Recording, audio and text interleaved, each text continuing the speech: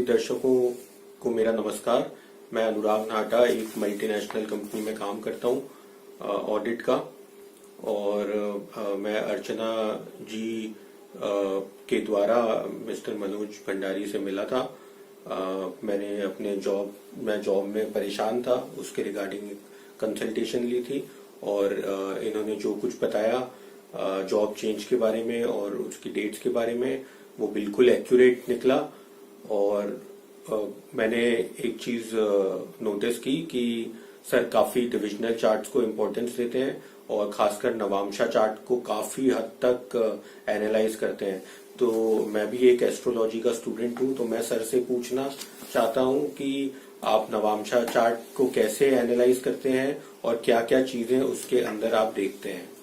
हमने जैसे अनुराग जी मेरे पास आए थे, अर्चना शर्मा मेरी स्टूडेंट है, उन्होंने रिकमेंड किया था, तो मैंने उनकी कुंडली की जो एनालिसिस की उसमें जो प्लॉटिंग ऑफ डेट्स की वो कुछ डिविजनल चार्ट्स पे आधारित थी।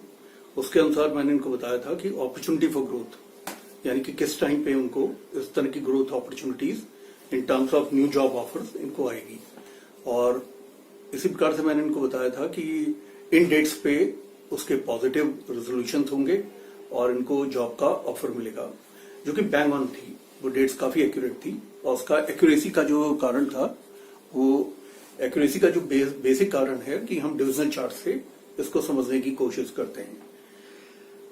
मैं आपको बताना चाहूंगा अनुराग जी, एक बड़ा अपना रेलेवेंट क्वेश्चन है कि नवमांशा की इंपॉर्टेंस क्या है। तो नवमांशा जो चार्ट है वो कुंडली का नवम अंश है, और कुंडली का नवम अंश का मतलब है कि वो जैसे कुंडली में 30 डिग्री की राशि है, थियोरी ऑफ इक्वल हाउसेस पे कुंडली में डिस्ट्रीब्यूशन होता है। जो भी राशियां हैं उनको भावों को, चूंकि वो थियोरी ऑफ इक्वल हाउसेस पे आधारित है, तो प्रत्येक भाव में पहले से लेकर 12वें भाव तक 30 डिग्री की राशि को पोस्ट कर दिया जाता है, starting from the ascendant. Ascendant is the rashi which is rising in the eastern horizon at the time of birth of a child, यानी बच्चे के जन्म के समय जो राशि ईस्टर्न होराइजन में उदित होती है उस राशि को लगन पे डालते हैं। अब इसका जो नवम अंश है वो इसका मतलब है कि 30 डिग्री की राशि को 3 डिग्री 20 मिनट के 9 नवमांशों में बांटा गया है। जो पहला जो नवमांश है वो 0 डिग्री से 3 डिग्री 20 मिनट पे समाप्त होता है, दूसरा 6 डिग्री 40 मिनट पे, तीसरा 10 डिग्री पे, चौथा 13 डिग्री 20 मिनट पे, पांचवा नवमांश 16 डिग्री 40 मिनट पे, छठा नवमांश 20 डिग्री पे, सातवां नवमांश 23 डिग्री 20 मिनट पे, आठवां नवमांश 26 डिग्री 40 मिनट पे, और नवा नवमांश 26 डिग्री 40 मिनट से 30 डिग्री तक होता है। अब देखिए आपकी जो कुंडली है ये कुंडली आपके वृष लगन की कुंडली है। इसमें वृष लगन में ये कुंडली ओनली 19 डिग्री एंड 59 मिनट्स का आपका लगन है। इसमें जितनी भी हमारी फायरी साइंस होते हैं 1, 5 और 9, उनमें काउंटिंग एरीज से होती है, और जो अर्धी साइंस हैं 2, 6 और 10, यानी कि वृष, कन्या और मकर, उनमें काउंटिंग शुरू होती है कैप्रिकॉन या मकर राशि से। जो हमारे 3, 7, 11 यानी कि एरी साइंस हैं, यानी कि जेमिनाई, लिब्रा और एक्वेरियस, इनमें काउंटिंग शुरू होती है लिब्रा से। और जो हमारे वाटरी साइंस हैं जैसे कि कर्क राशि है, वृश्चिक राशि है और मीन राशि है, इनके अंदर काउंटिंग कर्क राशि से होती है। तो आपका जैसे 2, 6, 10 का मतलब है आपकी अर्धी साइन आपका बनता है। अर्धी साइन में आपका 19 डिग्री 59 मिनट का आपका नवमांशा है, जो कि छठे नवमांश में पड़ता है। यानी कि हमें इसको जो हम पोस्ट करेंगे, क्योंकि 2, 6, 10 में कैप्रिकॉन से काउंटिंग शुरू होती है, तो कैप्रिकॉन से आपने 6 नवमांशा चलना है, पहला, दूसरा, तीसरा, चौथा, पांचवा, छठा। इसका मतलब जो आपकी नवमांशा का जो चक्र आएगा उसमें आपकी जेमिनाई आपका राइज करेगा। ये तो कैलकुलेशंस की बात हो गई। जितने भी एस्ट्रोलॉजी के काफी सीरियस स्टूडेंट्स हैं वो कैलकुलेशंस को समझने की कोशिश भी करेंगे, क्योंकि इसमें जो मैथमेटिकल कैलकुलेशंस हैं ये आपको हेल्प करता है सब्जेक्ट को डीपली समझने के लिए, डीप अंडरस्टैंडिंग डेवलप करने के लिए आपको ये हेल्प करता है, और आपको ये समझ में आता है कि नवमांशा में किस प्रकार से कैलकुलेशंस किए जाते हैं और नवमांशा का आधार क्या है। अब आपको ये समझना है कि नवमांशा से हमें क्या क्या चीजें पता चलती हैं। तो अनुराग जी, जैसा आपने प्रश्न पूछा कि नवमांशा एक वेडिंग चार्ट के रूप में है। वेडिंग चार्ट का मतलब है कि नवमांशा से हमें पता चलता है कि जो भी D1 के अंदर प्रोमिसेस होती हैं या डिनायल्स होते हैं, वो डिनायल्स एंड प्रोमिसेस किस हद तक व्यक्ति के जीवन में प्रदर्शित होंगे, ये बात नवमांशा चक्र बताता है। यानी अगर सपोजिंग आप एक हाइपोथेटिकल सिचुएशन लीजिए कि अगर किसी के D1 चार्ट में या नेटल चार्ट के अंदर एक प्रॉमिस उसके अंदर आती है कि वो एक IAS अधिकारी बनेगा, लेकिन वो प्रॉमिस उसकी नवमांशा में जाके डिमोलिश हो जाती है, यानी नवमांशा में स्टैंड आउट नहीं करती, तो इसमें क्या होगा कि वो स्टूडेंट 4 अटेम्प्ट में IAS के लिए अपीयर करेगा और वो इंटरव्यू बोर्ड को भी फेस करेगा, लेकिन उसका सिलेक्शन नहीं होगा, या उसका सिलेक्शन होगा तो वो इस तरह की सर्विसेज में होगा जिन सर्विसेज को वो ज्वाइन करने में इंक्लाइन नहीं होगा। दूसरे एरियाज में आप देखिए कि अगर D1 चार्ट में या नेटल चार्ट के अंदर किसी के विवाह का योग बनता है, लेकिन वो नवमांशा के अंदर वो स्टैंड आउट नहीं करता, यानी navamsha as a corporative chart, navamsha इस बात को नहीं बताती है कि वो उसका विवाह हो जाएगा या एक सुखी संसार उसका बसेगा, तो क्या होगा कि उसका विवाह की सिचुएशन क्रिएट होंगी, यानी कि आइडेंटिफाई होगा लड़का, उसके साथ में रोका होगा, एंगेजमेंट होगा, या हो सकता है कि वेडिंग हो जाए, लेकिन वो वेडिंग स्टैंड आउट नहीं करेगी या वो एंड्योरिंग नहीं होगी, कुछ समय के बाद में वो टूट जाएगा, या तो वो रोका टूट जाएगा या वो अफेयर टूट जाएगा जिसमें इंटेंट ऑफ वेडलॉक है, या फिर उसका विवाह होकर टूट जाएगा। तो नवमांशा जो है फ्रूट बियरिंग चार्ट कहा जाता है, यानी फलित जो देखा जाता है वो नवमांशा चार्ट से देखा जाता है दशाओं के द्वारा। इसके अलावा इसके अंदर जो इंपॉर्टेंट बात है उसे भी समझिए। नवमांशा से एक एस्पेक्ट तो वेडिंग का है, वेडिंग चार्ट है वो, तो इसका मतलब है कि वो जो भी प्रोमिसेस हैं, जो भी डिनायल्स हैं, उनकी वेडिंग करता है। दूसरा, नवमांशा चार्ट से हम एक्सक्लूसिविटी के साथ में आपके स्पाउस और उसके बारे में हम देखते हैं कि आपके स्पाउस का प्रोफाइल क्या होगा, उनके पर्सनालिटी के क्या क्वालिटीज होंगी, उनकी पर्सनालिटी ट्रेट्स क्या होंगी, उनकी लाइक्स क्या होंगी, डिसलाइक्स क्या होंगी, उनका एक आपकी वो इकोनॉमिक पार्टनर बनेंगी या नहीं, या वो हाउसवाइफ बनेंगी, या इसी प्रकार से वो सुंदर होंगी, वो आपके मन को भाएंगी, आप उनके मन को भाएंगे, किस तरह के आपके इक्वेशंस होंगे, वो एक शादी को जबरदस्ती का एक सौदा मानेंगी या वो शादी में काफी खुश होंगी। ये सारी बातें हम नवमांशा से देखते हैं। नवमांशा से हम ये भी देखते हैं कि वो सोसाइटी के सामने आपकी वाइफ आपके सामने किस तरह का बिहेव करेंगी, सोसाइटी के सामने आपके प्रति कैसा बिहेव करेंगी, और with in the 4 walls of their the bedroom वो आपके साथ कैसा बिहेव करेंगे।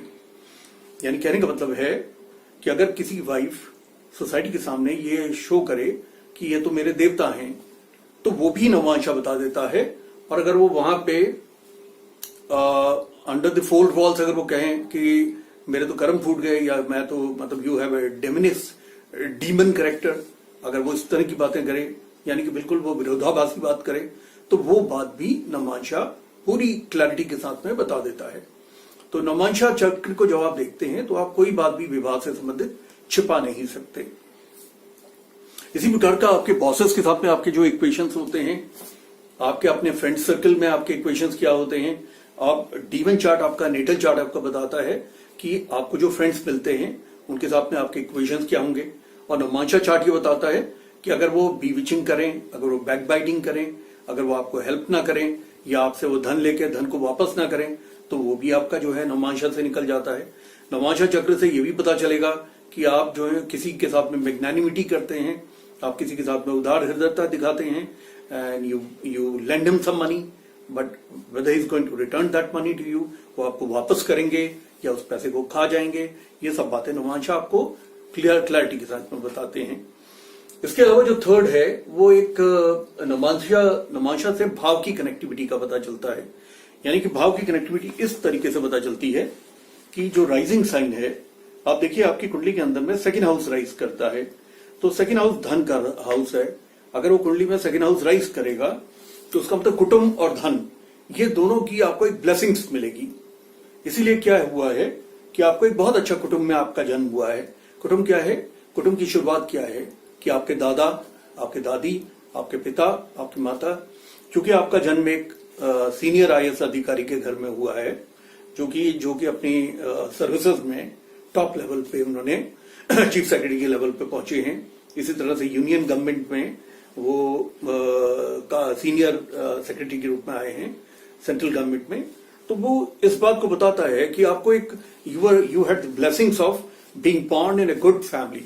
तो ये सेकंड हाउस से। दूसरा, ये आपके प्रोटेक्टिव नेचर को भी बताता है। इसका मतलब है कि फोरमोस्ट आपके जीवन के अंदर जो बात होगी वो अपने परिवार के प्रति प्रोटेक्शनिज्म होगी। यानी आपके लिए सबसे ज्यादा जो वैल्यू सिस्टम में जो चीजें आएंगी वो आपके माता पिता, क्योंकि कुटुंब का भाव है, आपकी पत्नी और आपके बच्चे और आपके भाई, उनके प्रति आपका प्रोटेक्टिव एनवायरमेंट एटीट्यूड ये रहेगा और ये वाइस वर्सा होगा। इसी प्रकार से देखा जाता है कि जैसे आपका ये जॉब का हाउस है, जॉब के हाउस में जो आपकी राशि पड़ती है वो एक्वेरियस साइन पड़ता है। तो ये एक्वेरियस साइन की कनेक्टिविटी 9th हाउस में आपके 9th हाउस में आ जाती है। यानी 11 नंबर साइन एक्वेरियस आपका 9th हाउस में आ जाता है। तो उसका मतलब ये हुआ कि आपकी भाव की जो कनेक्टिविटी है वो भाव की कनेक्टिविटी आपकी 10th हाउस की 9th से हो गई। देखिए, इसमें दोनों बातें हो जाती हैं। 9th हाउस से हम देखते हैं चेन ऑफ कमांड। यानी कहने का मतलब है कि आपको जो चेन ऑफ कमांड मिलेगी तो कभी आप उनके ब्लू आइड बॉयज होंगे। यानी आपको बहुत बार आपको ऐसी स्थितियों में जॉब में दिखाई पड़ेगा कि आपको ऐसे लोगों की पैटर्नेस मिलेगा अपनी मैग्नेटिक पर्सनालिटी के द्वारा, अपने स्किल सेट्स के द्वारा, अपनी काबिलियत के द्वारा, अपनी नॉलेज के द्वारा। आपको जो टॉप के जो ब्रास होंगे आपके ऑर्गेनाइजेशन में वो आपको काफी पसंद करेंगे। वहीं पे दूसरी बात यह है, चूंकि वो पॉजिटिव नेगेटिव दोनों साइड में लेके जाता है, तो चूंकि शनि थोड़ा टीडियस प्लैनेट है, शनि थोड़ा आइसोलेशन का प्लैनेट है, शनि थोड़ा कम्युनिकेशन गैप का प्लैनेट है, शनि थोड़ा टफनेस का प्लैनेट है और शनि का संबंध हैवी हैंड से है। तो आपको ऐसे बॉसेस का भी हमेशा ऐसा साथ मिलेगा जो कि बॉसेस थोड़ा हैवी हैंड से आपको ट्रीट करेंगे। यानी कि the kind of work is going to be delegated to you is going to require a lot of troubleshooting. यानी आपको ऐसे कामों को दिया जाएगा जिन कामों में ट्रबल शूटिंग की जरूरत होगी, जिन कामों में आपको ज्यादा मशक्कत मेहनत की जरूरत होगी। और ये थोड़ा सा टार्डी रिलेशंस को थोड़ा डिफरेंटली परसीव्ड, थोड़ा नेगेटिवली परसीव्ड रिलेशंस को भी दिखाएगा। लेकिन ये हमेशा से ये सिचुएशन नहीं होने वाली। इसी प्रकार से भाव कनेक्टिविटी में जैसे आप ये समझ गए हैं कि भाव कनेक्टिविटी के अंदर जैसे आपका सन है, सन एज ए प्लैनेट आपके 12th हाउस में बैठे हैं नेटल चार्ट में, वही सन आपके नौमाशा के अंदर भी 12th हाउस में बैठे हैं। तो ये बताते हैं कि सन से स्टेबिलिटी ऑफ सोसाइटल इंस्टीट्यूशंस को बताता है। इसका मतलब है कि आपको एक इन स्थितियों से आपको लेके जाएगा कि विदेशों में आपको एक बड़े एक एलिट स्टाइल ऑफ लिविंग की तरफ को आपको ले जाएगा। और इसी की एक नेगेटिव परसेप्शन भी है नौमाशा के द्वारा कि आपकी हेल्थ को लेकर आपको थोड़ी परेशानियों का सामना करना पड़ेगा। ये तो इसकी भाव की कनेक्टिविटी हो गई। इसके बाद जो नौमाशा देखने का तरीका है वो सुपर इम्पोजिशन टेक्निक है। अब देखिए, सुपर इम्पोजिशन टेक्निक क्या होती है कि जो आपके नौमाशा में जो राशिगत जो आपके प्लैनेट्स हैं उनको हम यहां पोस्ट करते हैं। अब आप देखिए, नौमाशा में आपके 2 नंबर पे यानी कि वृष राशि पे, टॉरस पे आपके सूर्य बैठे हैं। जब उनको सुपर इम्पोज हम करते हैं तो वो यहां लगन पे सूर्य पोजाइटेड होंगे। जब वो लगन पे बैठ जाएंगे तो सुपर इम्पोजिशन टेक्निक से आप किस तरह इंटरप्रेट करते हैं, क्योंकि सन किस तरह के स्ट्रक्चर को बनाता है, सन एक टावरिंग स्ट्रक्चर को बताता है। यानी कहने का मतलब है आपका जो स्ट्रक्चर है उसे आप लगभग 5 फुट 10 इंच के हैं, दूसरा स्टॉकी बिल्ट है, थोड़ा भारी भरकम है, लेकिन सन एक ग्लोइंग ऑरा को बताता है। सन एक व्यक्ति के पर्सनल मैग्नेटिज्म को बताता है। सन ये बताता है एक व्यक्ति का जो personal the way the person is going to carry himself is going to be extremely dignified. तो वो आपके ऊपर लागू होता है। मैं दर्शकों को आपको दोबारा दिखाना चाहूंगा। ये देखिए, आपको काफी उसने हैंडसम बनाया है, काफी मैग्नेटिक पर्सनालिटी में बनाया है। तो वो इसी वजह से, क्योंकि आपके सुपर इम्पोजिशन में आपके सूर्य लगन पे आ जाते हैं और वो आपको काफी राइटियस बिहेवियर भी देंगे। यानी सन से एब्स्टिनेंस आता है, तो ये आपको हर चीज आप नहीं खाएंगे। जो चीजें न्यूट्रिशियस होंगी या जो चीजें आपकी हेल्थ को अच्छा परिणाम देंगी वो चीजें आप खाएंगे। उसी प्रकार से आपको उपवास रखने की, आपको राइटियस बिहेवियर की, मॉरली अपराइट बिहेवियर का, इन सब का, झूठ ना बोलने का, सच बोलने का, इन सब का आपको योग बनेगा। तो आपके व्यक्तित्व को एक काफी अच्छा ऑरा, स्पिरिचुअल ऑरे की तरफ लेके जाएगा। तो इस प्रकार से अनुराग जी जो नवमाशा है, नवमाशा काफी इंपॉर्टेंट चार्ट है। तो जब हम दशाओं का भी इंटरप्रिटेशन करते हैं तो पहले तो हम प्रोमिसेस उनकी देखते हैं, क्योंकि कोई भी चीज फ्रुक्टिफाई या फ्रूटफुल नहीं हो सकती अगर उसकी प्रोमिसेस क्रिएट ना होती हो D1 में या नेटल चार्ट में। जैसे कहने का मतलब है, जब तक कि अमरूद का वृक्ष नहीं होगा तो आप अमरूद के फल को नहीं देख सकते। तो पहले हमें जो है प्रोमिसेस को दशाओं के द्वारा देखना होता है, क्योंकि दशाओं के अंदर एक प्रॉमिस आती है। अगर उस दशाओं में हमें देखना होता है D1 में विवाह का योग बनता है कि नहीं बनता। फिर हम D9 में उसी दशा को लेके जाते हैं और हम देखते हैं ये योग डिमोलिश तो नहीं हो रहा है, ये योग वहां स्टैंड आउट करता है, ये योग पूरी तरह से एक प्रोमिसेस क्रिएट करता है कि वो विवाह को पूरी तरह से करा देगा। इसी प्रकार से हम D1 में देखते हैं कि विवाह का जो योग बनता है वो मैरिटल ब्लिस की संभावनाओं को दिखा रहा है कि नहीं दिखा रहा। अगर D9 में जाके वो डाइवोर्स की संभावनाएं दिखाता है तो फिर ये सोच वाली विषय का हो जाता है कि इसका मतलब ये विवाह टिकाऊ नहीं होगा।